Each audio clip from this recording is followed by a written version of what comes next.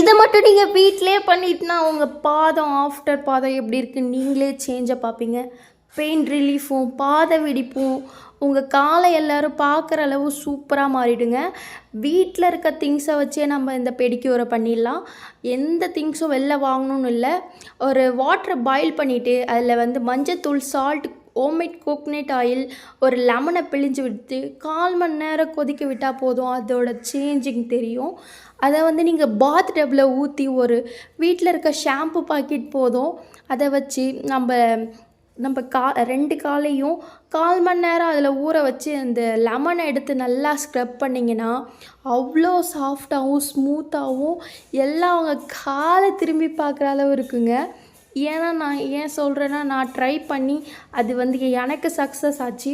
உங்கள் காலை நீங்கள் அழகாக பார்த்துக்கணுன்னா அழகு போல் சாஃப்டாகவும் பெயின் ஃபஸ்ட்டு ரிலீஃப் ஆகணும்ல, அதுக்காகவே நீங்கள் ஆஃப்டரை பாருங்கள்.